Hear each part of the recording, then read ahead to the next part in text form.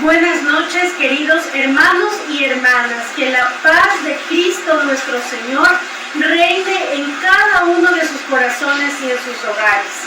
Sean ustedes bienvenidos a RCC Siloé, tu canal de oración, y presentando en esta semana, preparando para ti este retiro de Semana Santa, este tiempo de la Semana Mayor donde conmemoramos la crucifixión, muerte y resurrección de nuestro Señor Jesucristo. Así que bienvenido y bienvenida en el nombre del Señor a este día lunes santo, con el tema tan poderoso donde nuestro Señor Jesucristo se manifiesta con autoridad: la purificación del templo. Así que, hermanos, sean ustedes bienvenidos en esta noche de enseñanza, y que el Espíritu Santo de Dios se manifieste en sus vidas con poder para transformar todo aquello que deba ser transformado y potenciar los dones y carismas que ustedes han recibido por gracia de Dios. Y vamos a saludar a la Santísima Trinidad en el nombre del Padre, del Hijo y del Espíritu Santo. Amén. Que la palabra de Dios hoy se manifieste a cada una de sus vidas para que puedan ustedes entender y apreciar lo que nuestro Señor Jesús nos dice mediante este pasaje bíblico, y para que la palabra de Dios se encarne en cada uno de sus corazones. Les invito en este momento a adoptar una medida, un momento, adoptar un espacio de su tiempo para orar, para agradecer a Dios por todas las bendiciones que hemos recibido, por darles la bendición de estar en la comunidad de su casa o en el momento, en el lugar que te encuentres escuchando esta prédica. Te agradecemos, Señor, porque aunque veamos tantas cosas negativas a nuestro alrededor, tú nos das el privilegio de poder escucharte.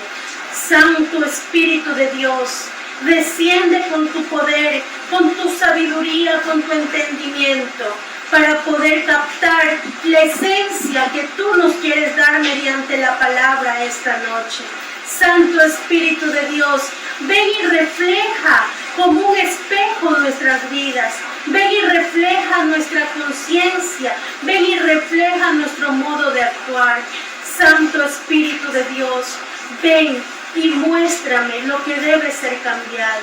Santo Espíritu de Dios, ven y muéstranos lo que debe ser purificado y limpiado. Así como el templo, así como Jesucristo limpió el templo, ven, Espíritu Santo de Dios, y limpia tu templo, que es nuestra vida, que es nuestro cuerpo. En el nombre del Padre, del Hijo y del Espíritu Santo. Amén. Queridos hermanos, esta noche pidámosle al Espíritu Santo de Dios que, así como en nuestros hogares tenemos uno de los objetos más comunes, que son los espejos, porque en qué hogar, en qué casa no hay un espejo, y lo utilizamos a diario para ver nuestro aspecto físico, cómo estamos peinados, y es ahí donde nosotros vemos y nos damos cuenta: oh, me olvidé de ponerme los aretes, o quizás no está combinado esta ropa. Y nos damos cuenta de nuestro aspecto exterior. Así que el Espíritu Santo de Dios nos ayude y nos muestre nuestro interior, y aquello que nos hace falta o aquello que no está combinando con nuestra vida espiritual. Santo Espíritu de Dios, que tiene el poder de renovar, de cambiar, de transformar, ven y actúa sobre cada uno de nosotros. Queridos hermanos, esta noche la palabra de Dios nos llega con este pasaje bíblico que en alguna de las traducciones encontramos con el título: Jesús expulsa del templo a los vendedores. En otras traducciones encontramos la purificación del templo. Y esto lo podemos encontrar en el Evangelio según San Juan, capítulo 2, versículos del 13 al 24. Proclamamos la palabra del Señor en el capítulo 13 del Evangelio según San Juan, capítulo 2, versículos del 13 al 24. Se acercaba la Pascua de los judíos y Jesús subió a Jerusalén. Encontró en el templo a los vendedores de bueyes, ovejas y palomas, y a los cambistas sentados detrás de sus mesas. Hizo un látigo con cuerdas y los echó a todos fuera del templo junto con las ovejas y bueyes. Derribó las mesas de los campistas y desparramó el dinero por el suelo. A los que vendían palomas les dijo: saquen eso de aquí y no conviertan la casa de mi padre en un mercado. Sus discípulos se acordaron de lo que dice la Escritura: me devora el celo por tu casa. Los judíos intervinieron: ¿qué señal milagrosa nos muestras para justificar lo que haces? Jesús respondió: destruyan este templo y yo lo reedificaré en 3 días. Ellos contestaron: han demorado ya 46 años en la construcción de este templo, ¿y tú piensas reconstruirlo en 3 días? En realidad, Jesús hablaba de ese templo que es su cuerpo. Solamente cuando resucitó de entre los muertos, sus discípulos se acordaron de lo que había dicho y creyeron tanto en la Escritura como en lo que Jesús dijo. Jesús se quedó en Jerusalén después de la fiesta de Pascua, y muchos creyeron en él al ver las señales milagrosas que hacía. Pero Jesús no se fiaba de ellos, pues no los conocía a todos. Pues los conocía a todos y no necesitaba pruebas sobre nadie, porque él conocía lo que había en cada persona. Palabra del Señor, gloria a ti, Señor Jesús. Vemos que en este pasaje bíblico que nos detalla el evangelista San Juan, nos dice cómo el Señor Jesús, cuando iba camino a la Pascua, a Jerusalén, va al templo, como era una orden, un mandato de Dios Padre, se encuentra con el templo que estaba convertido en un mercado. Y si podemos darnos cuenta, hermanos, un mercado donde están animales vivos, bueyes, ovejas, palomas, sobre todo, que eran para el sacrificio ante Yahvé. ¿Cómo nos podemos imaginar ese lugar? Con un olor bastante desagradable, con el excremento de los animales por doquier. En eso se había convertido la casa del Padre, la casa de Dios. Y es ahí donde Jesús estalla, explota, muestra su temperamento fuerte, su temperamento dominante, su celo santo por la casa de su Padre. Y es que a cuántos de nosotros no decimos así: es que alguien se mete con una persona de mi familia, yo salto aguerrido a defenderlos. Es que no, las madres tienen este dicho, que las madres cuidan a sus hijos como leonas. Imagínense, Jesús, al ver el templo de su Padre convertido en un mercado, en vendedores, gritos, ofertas, todo ese desorden y ese caos, muestra su temperamento, muestra esa fuerza, ese poderío que él tiene, que solo Dios puede tener. Y es aquí donde vamos a ir analizando 8 puntos de este pasaje bíblico donde Jesús muestra ese temperamento fuerte. Porque es cierto, Jesús es amor. Él vino a morir en la cruz por nosotros para darnos la salvación. Pero también es ese hermano que nos llama la atención, y es ahí donde que causa esa confrontación en nuestras vidas. Porque no queremos que nada malo nos diga. No, si nos dicen las cosas bonitas, ahí sí hacemos, ahí sí entendemos. Pero cuando encontramos a alguien que nos dice, no, así no es, y nos llama la atención muy firme, decimos es malo. Es muy estricto, mejor con nosotros no, mejor de lejitos sabemos decir. Pero no, hermanos, tenemos que entender que una corrección fraterna, una corrección fuerte, al menos la que hizo nuestro Señor Jesucristo en el templo, es necesario en nuestras vidas para decir, alto, es cierto, lo estamos haciendo mal. Debemos meditar qué es lo que está mal para poder cambiarlo. Así que, hermanos, vamos a empezar con estos 8 puntos. Primer punto, se acercaba la Pascua y subió a Jerusalén. La Pascua, que es ese paso de la esclavitud a la libertad, que el pueblo de Dios lo recordaba, el paso de la esclavitud que lo tenían los egipcios a la libertad que la consiguieron con Moisés.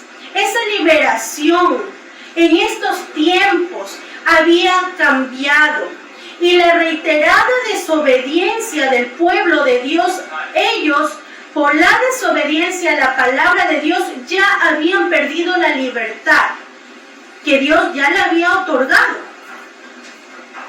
Y ahora ellos estaban con la esperanza de que se cumpla lo anunciado por los profetas, la llegada del Mesías. Así que ellos estaban con ese contexto estaban viviendo ese momento. Año tras año ellos recordaban el pasado, pero también vivían el anhelo de una nueva intervención divina que los profetas ya lo habían anunciado.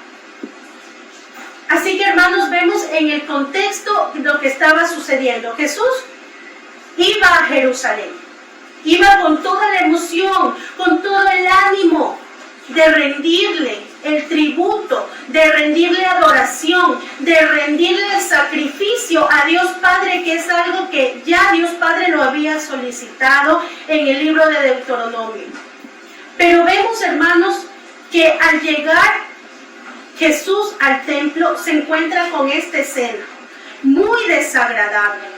Es como que un día usted llegue a su casa, ingrese a su casa y ya no es la paz y la tranquilidad, o el dicho, hogar, dulce hogar, sino que se encuentre con un mercado, con toda la escena que usted se puede imaginar de desorden total. ¿Cómo se va a sentir usted? Y más aún, la casa de Dios. Así que vemos que Jesús va a Jerusalén, al templo.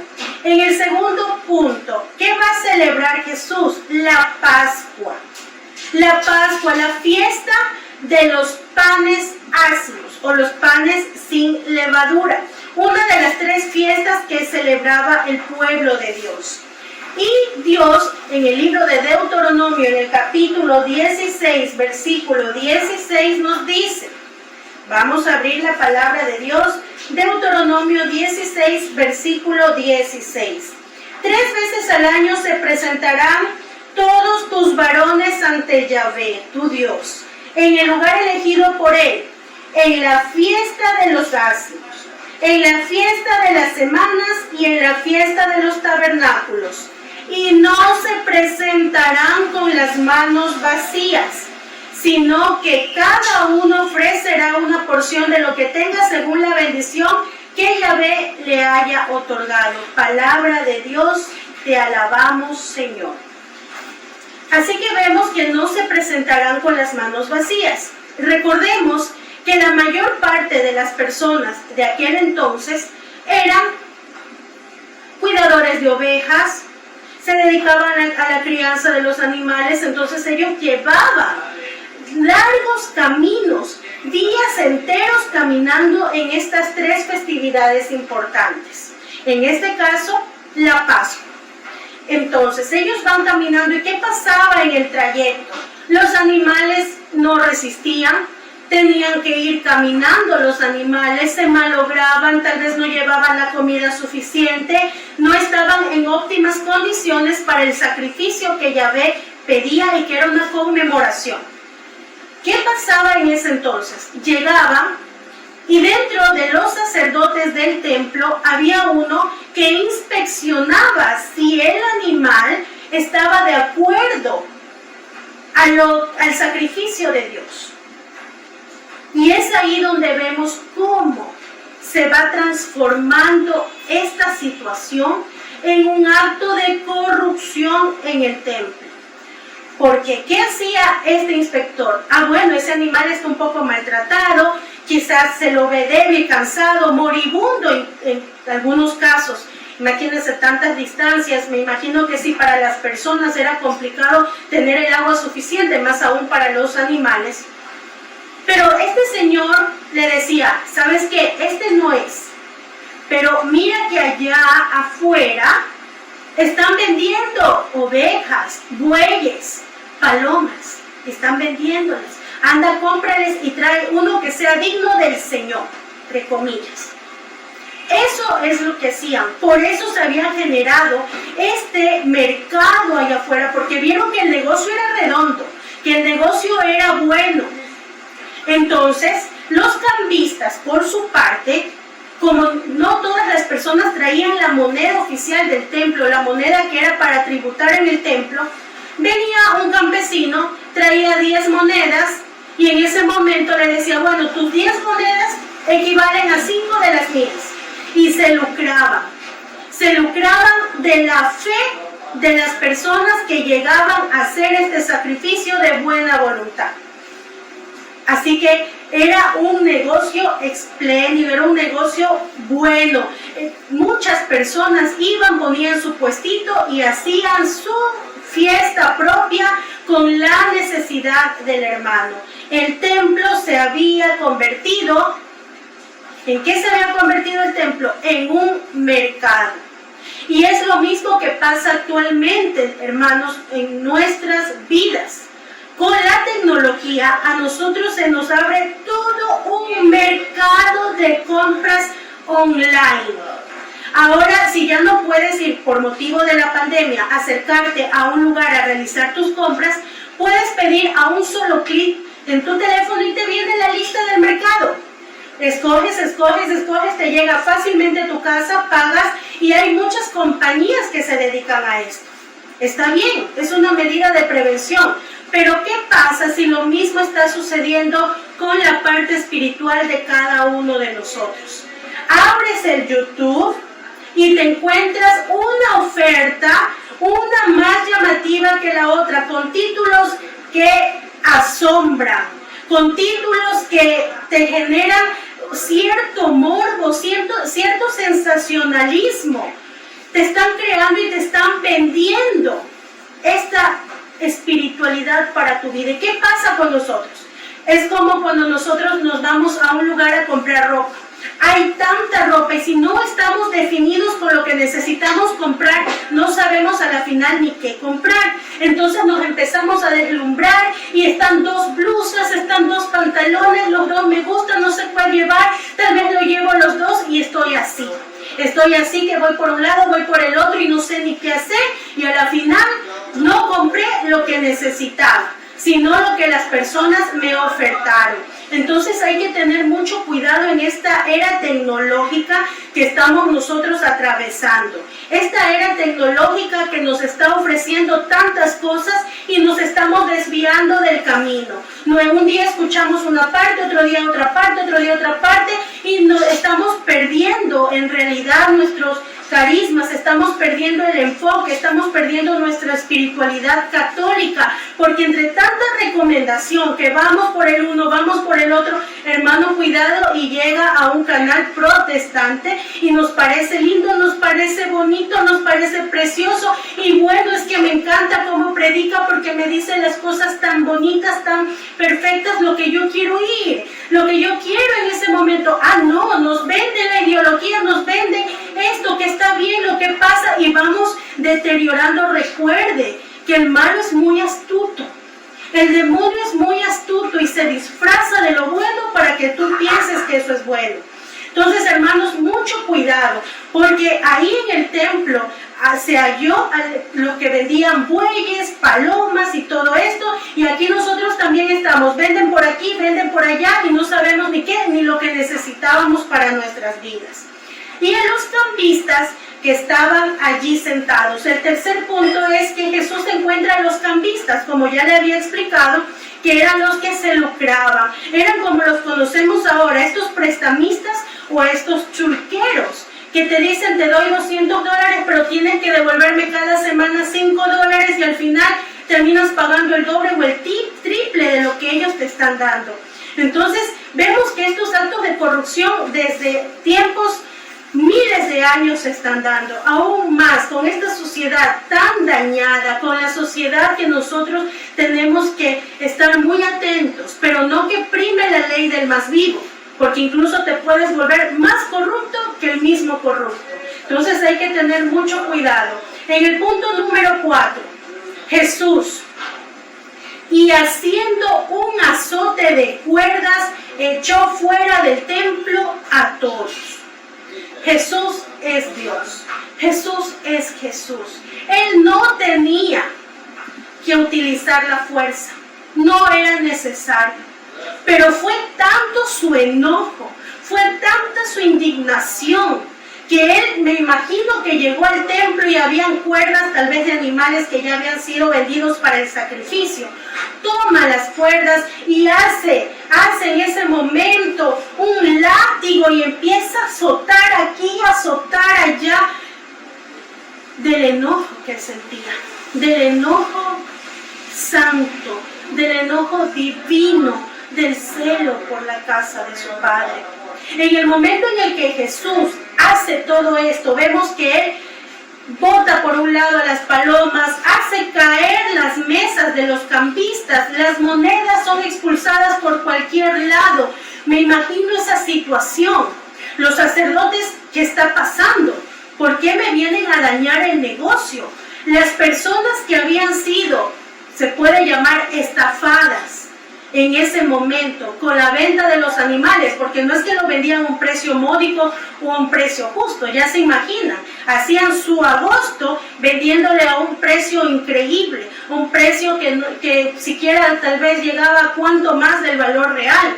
Ellos quizás querían decir, bravo Jesús, quizás lo apoyaban, por fin vino alguien que diga lo que ya ha estado ocurriendo por tanto tiempo.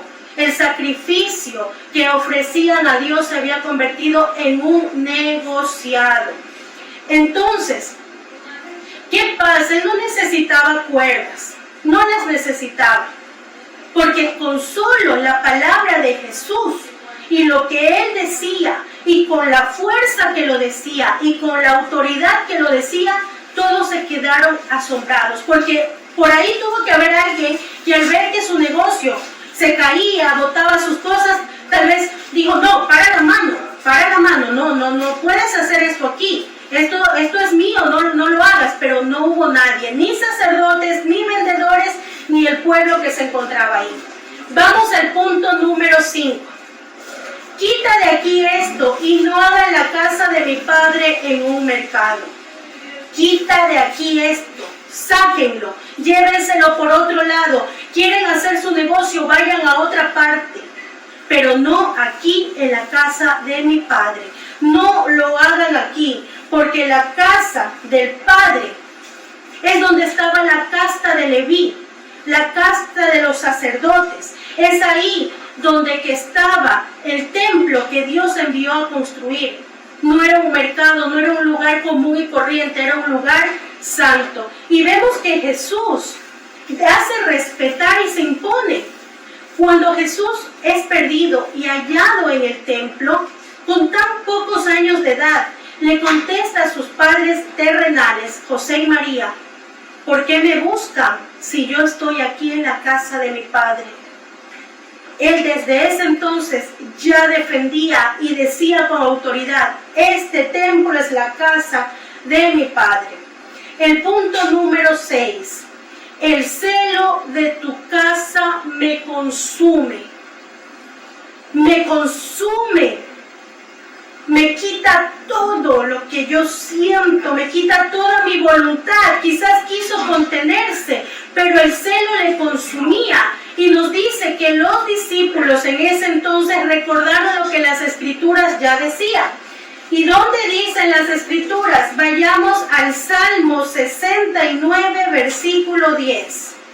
¿Qué nos dice? Salmo 69, versículo 10. El celo por tu casa me devora. Los insultos de los que te insultan recaen sobre mí. Gloria al Padre, al Hijo y al Espíritu Santo. El celo por tu casa me consume. ¡Qué fuerza la de nuestro Señor! Ese celo santo siendo hombre, defendiendo la casa del Padre. Incluso Él se enfrenta y quizás pudo haber tenido en ese momento golpes, empujones, insultos, como lo dice aquí, porque las personas estaban viendo que sus negocios estaban siendo destruidos con justa razón. O quizás alguno de ellos, con la conciencia un poco más sutil, quizás pudo haber dicho: tiene toda la razón. Es cierto lo que estamos haciendo mal. El celo de Dios hombre, manifestado en el templo. 7. ¿Qué señal nos muestras ya que haces esto? Ahí viene la confrontación de los sacerdotes. ¿Qué señal me estás mostrando tú a mí con lo que tú haces? Le recriminaron a Jesús.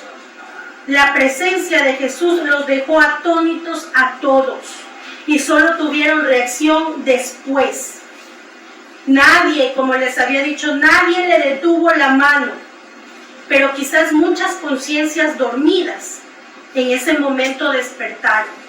¿Cuántas conciencias dormidas de nosotros esta noche se despertarán para entender que la casa del Padre, que el templo santo, se respeta, se obedece con la palabra de Dios?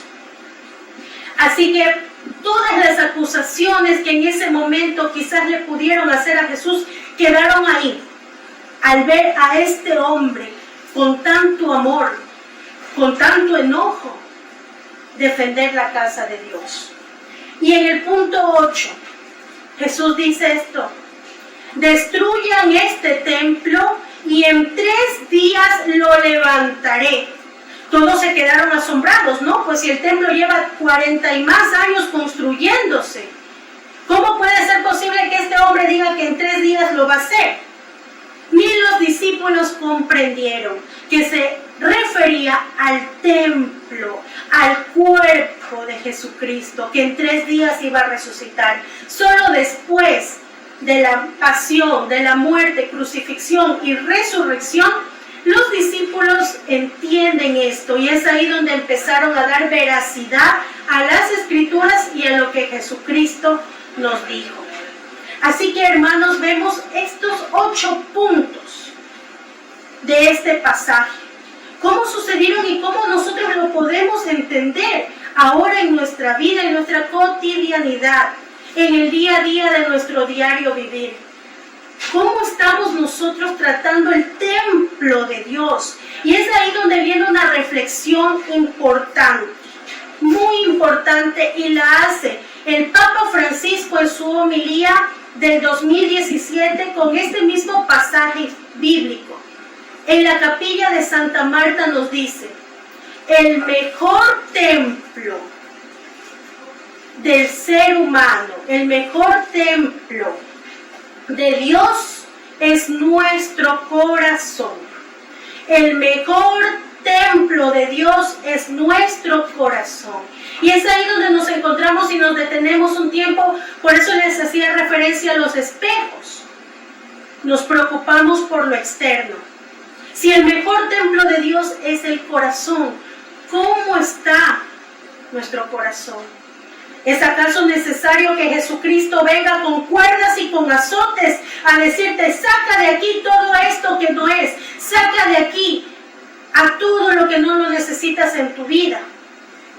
O reconocer nosotros mismos lo que estamos haciendo mal y dejar que el fuego purificador del Espíritu Santo haga su parte. Purificador, la purificación del templo. Hermanos, los barcos pesqueros que se quedan por largas jornadas, por meses en alta mar, dice que tan solo en un año, en 12 meses, pueden llegar a acumular 5 toneladas de algas, quizás de basuras, desperdicios que hay por alta mar. 5 toneladas en tan solo un año. ¿Cuántos años tienes tú?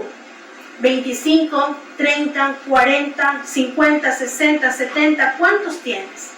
Muchos. ¿Cuánta poquito de eso no tenemos acumulado en nuestro corazón. Y el mejor templo de Dios es nuestro corazón. Es momento de una purificación y de una limpieza. En el diario vivir tenemos que hacer limpieza de nuestro hogar, limpieza de nuestro armario, limpieza de un computador, hay que darle mantenimiento.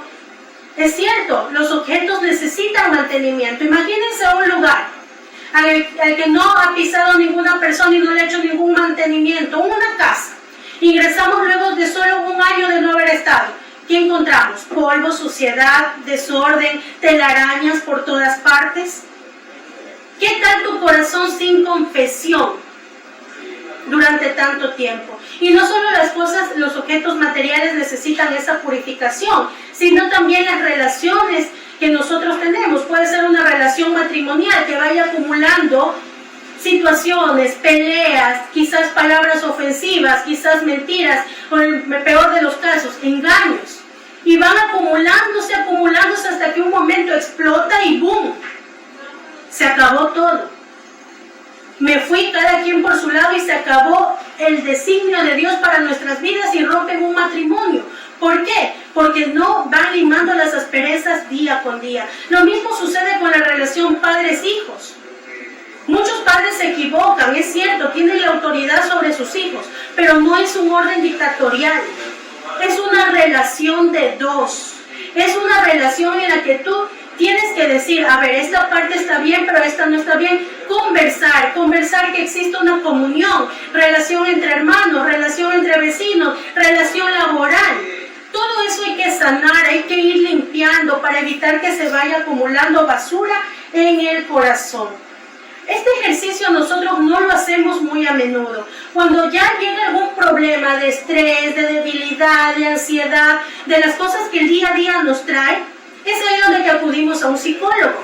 ¿Qué es lo primero que hace el psicólogo? A ver, vamos a analizar su conducta pasada. ¿Qué ha hecho que le genera esto? Y es ahí donde nos damos cuenta que va desde el plano espiritual.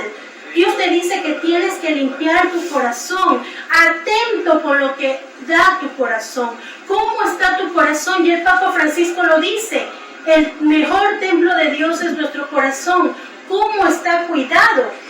Es un proceso, hermanos. Cuando usted va a limpiar una casa, no es que dice, bueno, que se haga la limpieza y ya está todo. No, hay que remover. Bueno, vamos a limpiar la sala. Empujamos los sillones, movemos las mesas, limpiamos los adornos. Es un proceso que te lleva un tiempo. Y eso que es día a día, que se limpia. Imagínense algo que ya ha quedado por mucho tiempo. No va a ser de un momento al otro. Dios lo quiere, sí. Pero si tú lo estás buscando con el poder del Espíritu Santo, deja que ese proceso actúe en tu vida. Son años.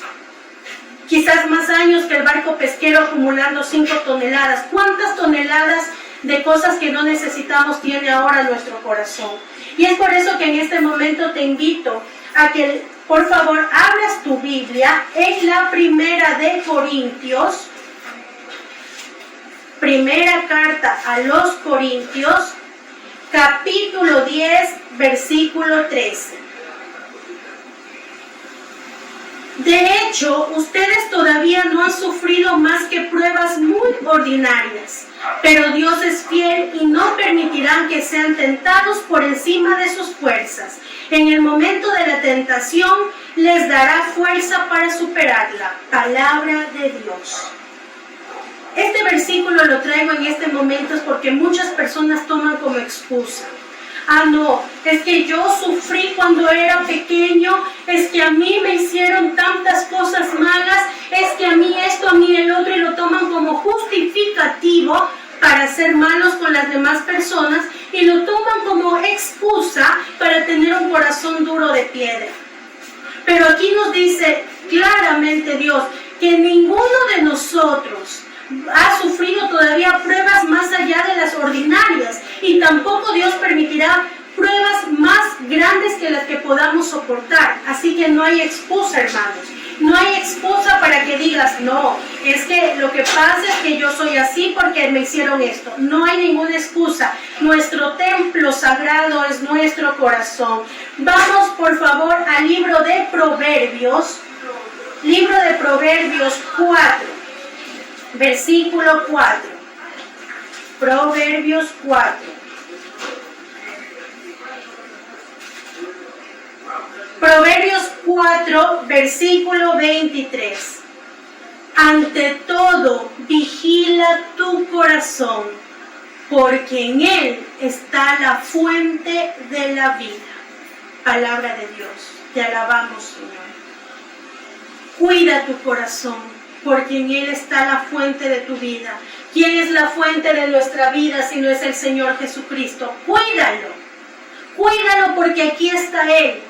Cada latido, cada movimiento, está aquí Jesús, el Espíritu Santo y Dios Padre, la Santísima Trinidad en nuestro corazón. ¿Cómo le vas a dar al Espíritu Santo lugar en tu vida si tienes todo lleno de cosas que no son necesarias? ¿Cómo vas a permitir que el Espíritu Santo obre? Hay tantas personas: Dios, inspírame, Espíritu Santo, ven a mi vida, Espíritu Santo, ven y lléname. Pero ¿en qué espacio? ¿En qué espacio el Espíritu Santo va a obrar? Vamos a ver los 8 puntos. Así como Jesús purifica el templo en 8 puntos, vamos a ver los puntos en que Jesús nos ayude a purificar nuestro corazón con el poder del Espíritu Santo. Número 1, Jesús se acercaba al templo porque era Pascua. Nosotros estamos en la Pascua. Estamos también acercándonos al templo. Estamos acercándonos al templo vivo de Dios en nuestro corazón, porque estamos en Semana Santa. 2, Jesús halló en el templo a los que vendían bueyes, ovejas y palomas. Vamos a hallar qué hay en nuestro corazón que no debe estar ahí. Con eso lo puedes hacer con un examen de conciencia. Halla lo que no debe estar en tu corazón y sácalo de ahí.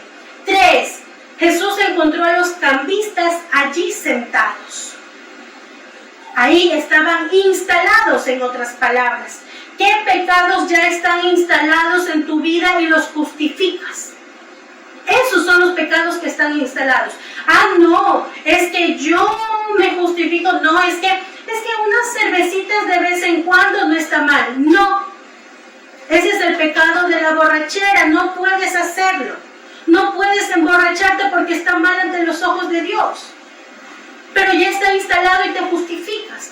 No, es que yo soy así. Y peor aún, nos justificamos y decimos: es que Dios me hizo así. Si nosotros en nuestra vida lo que tratamos es de imitar al hombre perfecto, llegar a ser como Él. Él vino a mostrarse en nuestras vidas para ser el ejemplo de buen cristiano que todos debemos alcanzar. 4, y haciendo un azote de cuerdas, echó fuera del templo a todos. Enlacemos, hermanos, nuestra vida espiritual, la oración, la lectura de la palabra, nuestra fe, nuestras ganas de cambiar. Hagámosle una cuerda muy fuerte con la Santísima Trinidad y la Virgen María. Hagamos una cuerda que no se pueda romper, para que pueda expulsar a todo lo que está en nuestro corazón que no debería estar ahí. Punto número 5. Jesús dijo: quita esto y no haga la casa de mi Padre en un mercado. Nosotros, en el punto número 5, vamos a reconocer que somos templo del Espíritu Santo y que no debemos permitir que en nuestra vida haya un mercado de sinfín de equivocaciones, un mercado de pecados en nuestro corazón, y que nos dice: quita esto de allí, porque el corazón, el templo sagrado de Dios en nuestras vidas, no es un mercado, es el templo de Dios y merece respeto. El punto número 6, el celo de tu casa me consume. El celo que sintió nuestro Señor Jesucristo por la casa del Padre, ese mismo celo de cuidar nuestro templo, debemos tener cada uno de nosotros.